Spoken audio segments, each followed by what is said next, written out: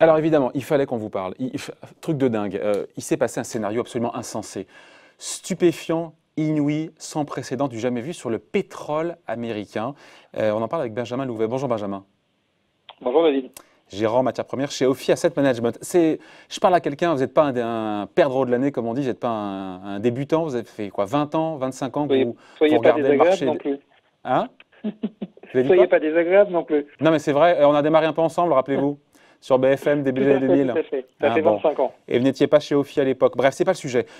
Vous n'êtes pas encore une fois un débutant et c'est un scénario fou qui s'est passé hier soir sur le marché américain, hier après-midi et hier soir. Le pétrole américain, il faut qu'on explique beaucoup de choses. Hein. Pétrole américain, le WTI, il y a le Brent, moi je parle souvent du Brent, ça c'est le pétrole produit aux États-Unis, qui est passé hier, on était à 20 $ et dans la nuit, au moment de la clôture, il a clôturé quasiment à moins 40 $. Là on se dit, mais comment est-ce qu'une matière première peut passer de plus 20 à moins 40? Comment est-ce qu'elle peut être en négatif? Voilà, vous n'avez jamais assisté à ça, vous vous êtes dit, mais attendez, mais qu'est-ce qui se passe? C'est quoi ce monde de fou dans lequel je suis? Hier soir. Alors, on n'a jamais assisté à ça, c'est vrai. Maintenant, les prix négatifs sur les matières premières, c'est pas quelque chose d'inédit. Ça existe. Ça existe d'ailleurs assez souvent sur le marché de l'électricité. Un marché, c'est la rencontre de l'équilibre entre l'offre et la demande. Et quand on se retrouve avec soit pas assez de demande, soit trop d'offres, on peut se retrouver avec des prix qui baissent et qui, à un moment même, peuvent devenir négatifs. Alors, pourquoi ils deviennent négatifs? C'est pour envoyer un signal au marché. En fait, quand le prix devient négatif, c'est parce qu'il faut, à un moment, si la demande n'est plus là, trouver un moyen de détruire de la production. Et quand vous faites des prix négatifs, en fait, c'est un moyen de dire aux producteurs, si tu continues à produire, tu vas perdre de l'argent. Donc, à ce moment-là, le but est de rééquilibrer le marché, non pas comme quand on a une hausse des prix en détruisant de la demande, mais cette fois-ci en détruisant de l'offre. Et c'est ce qui s'est passé. Alors, on est dans une situation très spécifique, parce que le prix est devenu négatif sur l'échéance du contrat mai. Ce contrat arrive à son échéance aujourd'hui. Ouais, sur le pétrole, il faut expliquer qu'il y a des échéances qui sont mensuelles. Et là, c'est l'échéance mai qui arrive à échéance aujourd'hui.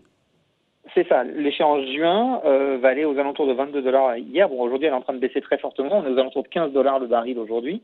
Mais l'échéance juin est à un prix beaucoup plus raisonnable. Alors pourquoi? Parce qu'en fait, beaucoup de financiers ont disparu de cette échéance mai parce que quand on est financier, on n'a pas pour but d'être livré du pétrole. Donc quand on approche de l'échéance, on passe justement sur l'échéance suivante. On fait ce qu'on appelle un roulement de position. Et donc restent sur ce marché les opérateurs du marché physique. Et là, ce qui se passe, c'est qu'aujourd'hui, donc ils ont vendu l'échéance mai pour acheter l'échéance juin. Exactement. Mais sauf que l'échéance juin, en l'achetant, elle baisse aussi, pourtant. Oui, elle baisse aussi, mais si vous voulez être exposé au marché, c'est un moyen de continuer à être exposé au marché sans prendre livraison du pétrole. Restent donc sur le marché les opérateurs du marché physique, donc les producteurs de pétrole et les industriels. Et le problème aujourd'hui, c'est que quand vous voulez faire une opération physique sur le marché du pétrole, il faut le stocker au point de livraison qui est à Cushing, dans l'Oklahoma, et qu'aujourd'hui, ce point de livraison commence à être plein. Il n'est pas encore complètement plein, mais il est relativement plein. Et puis, une partie des capacités disponibles sont réservées parce qu'il y a des contrats de long terme entre les producteurs et les organismes de stockage. Et donc, tout n'est pas accessible. Et donc, à un moment, si vous devez vous retrouver si vous devez vous retrouver à prendre livraison de pétrole, mais vous n'avez pas de capacité de stockage, eh bien, vous ne voulez plus prendre la livraison. Et puis, dans le même temps, si vous êtes un producteur de pétrole, quand vous voyez que vos cuves à vous sont pleines, vous avez besoin de vous débarrasser de ce pétrole si vous ne voulez pas être obligé d'arrêter votre activité. Et donc, vous vendez ce pétrole, j'ai envie de vous dire à n'importe quel prix, parce que arrêter un gisement est une opération très compliquée, le redémarrer est une opération aussi très compliquée, et donc ça peut coûter très cher, et donc ça peut être plus intéressant de vendre. Je comprends, mais pour le commun des mortels, Benjamin, pour le commun des mortels, un pétrole qui cote moins 40 $, ça veut dire que moi, si je me pointe, alors c'est où? Dans l'Oklahoma Cushing, c'est ça? Si je me pointe et que j'ai un gros jerrycan, 159 litres, parce qu'un baril c'est 159 litres, et que je peux prendre ce pétrole-là, on me donne 40 $. Alors, c'est pas aussi simple que ça, mais en gros, pour les gros opérateurs qui ont plus qu'un jerrycan pour stocker le pétrole, c'est effectivement ça. C'est qu'aujourd'hui, les producteurs en sont réduits, si vous voulez. Parce qu'ils n'ont pas de capacité de stockage, ils sont prêts à se débarrasser du pétrole, quitte à ce que ça leur coûte 40 $ le baril. C'est parce que s'ils n'ont pas suffisamment de capacité de stockage, s'ils ne se débarrassent pas de ce pétrole, ils vont être obligés d'arrêter de produire. Et là, c'est la fin de leur activité. Donc, c'est un choix qui est très dur entre accepter de payer pour vous débarrasser de votre pétrole ou alors arrêter votre activité. Mais cet effondrement, c'est parce qu'il n'y a pas assez de capacité de stockage aux États-Unis dans un marché qui est inondé de pétrole avec une demande mondiale qui s'est effondrée de 30 millions de barils le jour sur 100 millions de demandes mondiales en avril. C'est ça. C'est ça. Cet effondrement, c'est surtout lié à l'effondrement de la demande. On a des capacités de stockage qui sont normalement, qui n'ont jamais été testées à ce niveau-là, parce que historiquement, sur les 40 dernières années, la demande de pétrole n'a quasiment jamais baissé. Elle a baissé 2 fois, une fois en 2008 et l'autre fois, je crois que c'était en 2001, pendant une très courte période. Mais sinon, la consommation de pétrole ne fait qu'augmenter. Donc, l'équilibre se fait généralement plutôt en essayant de développer de nouvelles capacités de production, plutôt qu'en essayant de les détruire. Et donc, on n'avait jamais testé un tel niveau le niveau de capacité de stockage. Et c'est l'une des conséquences, encore une fois, ce crack stupéfiant, enfin, ce scénario stupéfiant, c'est l'une des conséquences de cette pandémie de Covid-19. On est dedans, je veux dire, exactement. Le lien est très clair. Hein. Exactement. Ouais, allez-y, on aurait eu un problème de surproduction éventuellement avec la guerre dans laquelle s'étaient lancées l'Arabie Saoudite et la Russie, la guerre de part de marché, mais qui n'aurait pas été du tout de cette ampleur et on n'aurait pas testé les limites des capacités de stockage. Là, ça vient vraiment de la destruction de la demande liée à l'impact de la crise sanitaire. Encore une fois, un pétrole qui cote 0 ou qui est en négatif, imaginons qu'il soit à 0, aujourd'hui on est à 15 $ sur l'échéance de juin. Mais ça veut dire que ça ne veut pas dire que le pétrole ne vaut rien du tout. Enfin, encore une fois, je me place dans la peau de ceux qui nous regardent, qui ne sont pas des experts. Ils disent, mais le pétrole, ça ne vaut pas rien, quoi. Et ça ne vaut pas qu'on me donne de l'argent pour que j'en prenne. C'est totalement surréaliste. Hein.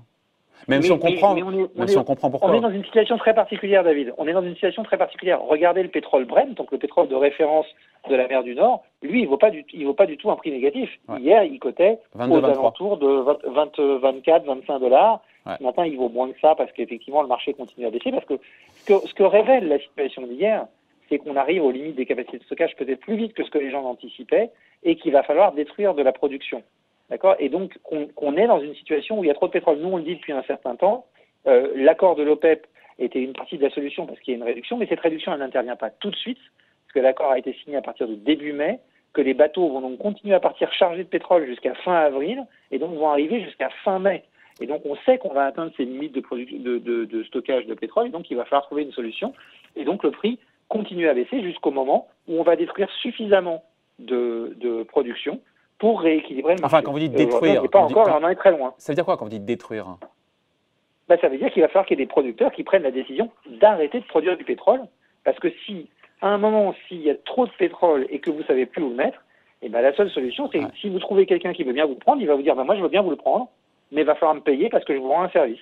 C'est ce que nous dit l'échéance du mois de mai, avec un pétrole qui a coté moins 40 $ hier. Donc, quelque part, beaucoup d'experts ont dit « ouais, mais c'est pas si grave, c'est un crash technique ». Mais j'ai envie de dire, les capacités de stockage ne vont pas s'envoler d'ici au mois de juin. Donc, on n'est pas à l'abri que ce scénario de crash se reproduise de nouveau, sauf si certains ferment les vannes. Mais quel pays, quelles compagnies vont le faire hein ? Il est très probable, il est tout à fait possible qu'on revive le même scénario fin juin. Après, fin mai, d'acteurs vont peut-être fin mai, excusez-moi, pour l'échéance juin. Maintenant, il est certain que beaucoup d'acteurs vont essayer de se prémunir contre cette situation, mais il n'est pas du tout improbable qu'on reconnaisse la même situation à la fin du mois de mai, au moment du débouclement de l'échéance juin, et possiblement même sur l'échéance suivante, parce que comme je vous le disais, les bateaux vont continuer à arriver jusqu'à fin mai, et donc probablement qu'on est en train de se rendre compte qu'avant fin mai, on aura peut-être touché le plafond des capacités de stockage, et donc là, il faudra qu'on arrête très vite la production si on ne veut pas vivre la même expérience le mois suivant, c'est-à-dire au mois de juin. On ne peut pas augmenter, Benjamin, les capacités de stockage du pétrole? C'est compliqué? J'y connais rien, je pose la question comme ça, mais je me dis, soit effectivement, on ferme les vannes, soit on augmente les capacités de stockage, non? Il faut que ça ait un sens économique d'abord, parce que l'on est dans une situation très particulière, donc vous n'allez pas investir des sommes énormes pour constituer des capacités de stockage qui vont vous servir une fois. D'accord? Là, le coût économique, à la limite, il vaut mieux vendre votre pétrole à perte plutôt que de vous embêter à constituer des capacités de stockage. Ensuite, constituer des capacités de stockage, ça ne se fait pas du jour au lendemain. Ça prend plusieurs mois. Donc, on arriverait sans doute trop tard avec les capacités de stockage. Alors, on cherche des solutions temporaires. Donc, on a le stockage flottant, qui est une solution, qui permet de stocker quelques centaines de millions de barils, éventuellement. On parle de 200 millions de barils supplémentaires.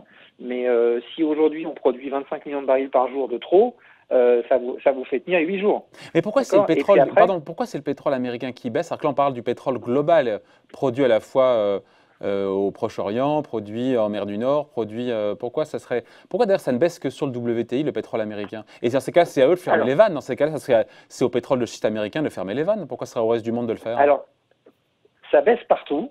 D'accord, mais ça baisse plus aux États-Unis à cause de problématiques de congestion très spécifiques aux États-Unis. Ces problématiques, elles viennent de deux choses. D'abord, il y a le point de livraison à Cushing dans l'Oklahoma qui est plein, ça c'est la première chose. Et ensuite, il y a d'autres endroits de stockage. Mais pour bouger du pétrole aux États-Unis, c'est très compliqué. Pourquoi? Parce qu'il y a une loi qui s'appelle le Jones Act qui stipule que si vous voulez bouger du pétrole par bateau aux États-Unis, vous devez le faire avec des bateaux qui battent pavillon américain, avec un équipage américain, qui sont réparés avec des pièces américaines par des Américains. Et donc tout ça augmente énormément les coûts. Et il y a en plus peu de capacités de transport qui sont disponibles. Ça, c'est le premier point important qui fait qu'on a du mal à déplacer le pétrole. Le deuxième point important, c'est que les États-Unis sont plus loin de leurs clients. Et donc le pétrole est moins mobile que le pétrole européen. Et donc, forcément, le coût de transport est plus élevé.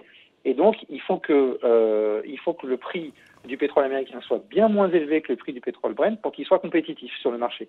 Donc, ces problèmes de congestion, d'export et de congestion sur le pétrole américain. Encore une fois, sur le pétrole américain, parce que l'écart entre le WTI, le pétrole américain, et le Brent n'a jamais été aussi élevé dans l'histoire, l'écart de cours.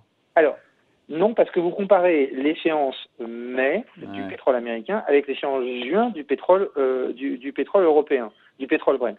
Si vous regardez l'échéance juin de ces deux pétroles, vous avez un écart qui s'accroît pour les problématiques que j'évoquais de coûts de transport à l'export, mais cet écart est aux alentours de 5 $ le baril, ce qui est assez commun, qui est élevé, mais qui n'est pas non plus complètement déraisonnable. Sauf si le pétrole, le WTI sur son échéance, donc juin, il est à 15 $, vous me disiez maintenant, s'il passe de 15 à 12 à 10, on va se retrouver dans la même configuration. D'ailleurs, vous l'avez évoqué, cette possibilité. Oui, mais David, le pétrole américain vaut certes 15 maintenant, et le pétrole Brent vaut 18,80 ce matin. Donc vous avez cet écart qui continue à se maintenir. Ouais, au fond, dans le fond, parce qu'on essaie d'expliquer ce qui s'est passé, c'est grave, docteur, ce qui arrive ou pas là? C'est vraiment une problématique technique, donc c'est pas grave en soi. Par contre, ce qui est grave, c'est ce que ça révèle, c'est-à-dire qu'on arrive aux limites des capacités de stockage et donc que les prix du pétrole vont probablement continuer à baisser et donc on va possiblement voir des prix du pétrole avec une figure, c'est-à-dire des prix en dessous de 10 $. C'est pas du tout impossible. On les a frôlés tout à l'heure sur le WTI américain sur l'échéance juin, il est allé voir 11,80 $. Il n'est pas du tout exclu que dans les jours et dans les semaines qui viennent, on passe sous les 10 $ sur le pétrole américain. Mais de manière temporaire. Parce qu'il y a un déconfinement qui est progressif partout dans le monde et on se dit qu'évidemment, quand l'économie va redémarrer, même timidement, la demande mondiale va augmenter. C'est vrai qu'on est pour le coup à 30 millions, on a dit, millions de barils jour en moins de demande mondiale sur 100 millions, c'est du jamais vu. Mais ça devrait reprendre un petit peu en mai, puis un peu plus en juin, puis un peu plus en juillet, non? Oui, ça va reprendre progressivement et donc à un moment, il va y avoir un point de croisement où la production qui va s'arrêter d'une part et la croissance de la demande d'autre part vont faire qu'on va se retrouver à un point d'équilibre et donc que les prix du pétrole vont pouvoir se stabiliser avant progressivement de recommencer à monter parce que la demande repartira un peu plus fort et donc on pourra avoir les prix à monter. Puis en plus, il y aura eu de la destruction de production, donc on aura un déséquilibre qui se fera dans l'autre sens. On aura les stocks pour compenser, donc dans un premier temps, ça tiendra. Mais on n'est pas à l'abri, je le signale, à un horizon 24 à 36 mois, de se retrouver avec la situation complètement inverse où on pourrait avoir des prix du pétrole qui s'envolent. Pourquoi? Parce qu'on va pousser des opérateurs à fermer leur capacité de production. Certains ne rouvriront jamais. Mais qui, par exemple? Parce qu'on a vu l'OPEP Plus avec la Russie, qui nous disent à partir du 1er mai, donc dans quelques jours, 10 millions de barils en moins sur le marché. Il faudra aller plus loin encore. Et parce que Donald Trump aux États-Unis a dit nous, on ne peut pas le faire, la loi ne permet pas de faire ça, mais on se dit que les pétroles de schiste qui coûtent plus cher, qui coûtent, je sais pas, 50 $, vous savez mieux que moi, à produire, il y en a plein qui vont mettre la clé sous la porte, quoi.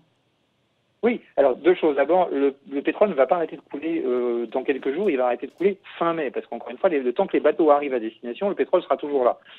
Les États-Unis ne peuvent pas légalement décider de réduire la production, parce que ce n'est pas des compagnies nationales, ce sont des compagnies privées, mais les compagnies privées, si elles perdent de l'argent, au bout d'un moment, elles vont être obligées d'arrêter.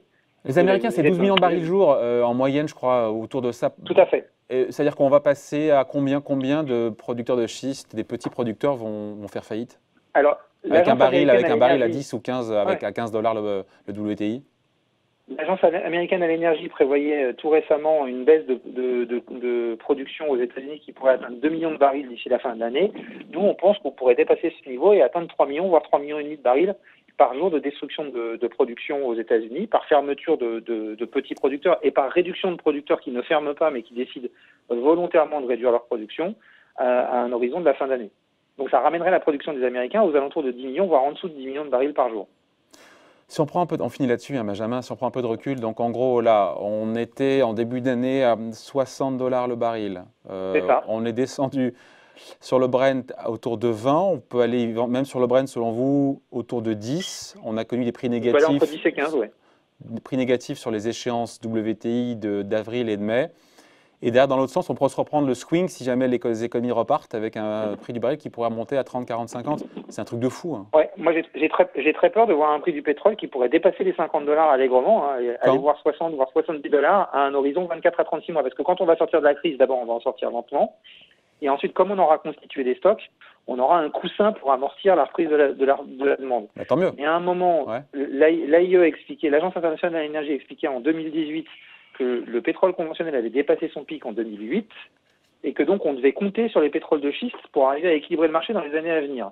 Et qu'ils devaient considérablement augmenter leur production puisqu'ils devaient plus que la doubler à horizon 2025. Sauf que là, ça part dans l'autre Si sens. vous avez beaucoup d'opérateurs qui ferment, Ouais. ça va être compliqué pour eux de faire ça et donc on pourrait se retrouver avec un manque d'offres par rapport aux besoins. On n'en est pas encore là. Sens. On n'en est pas encore là, mais on pourra en prendre le chemin. C'est vraiment un scénario de dingue. On finit là-dessus, Benjamin. C'est complètement dingue. C'est complètement dingue, c'est historique. Je vous dis, on a déjà vu ça sur d'autres marchés, mais sur un marché comme le pétrole, qui est un marché où la demande est plutôt stable, voire en hausse, et ben, c'était quelque chose qu'on n'imaginait pas pouvoir voir un jour. Eh ben, merci le Covid. Allez, merci. Merci à vous, Benjamin Louvet. Donc, gérant matières premières chez Ophi Asset Management. Bonne journée. Bye. Bonne journée.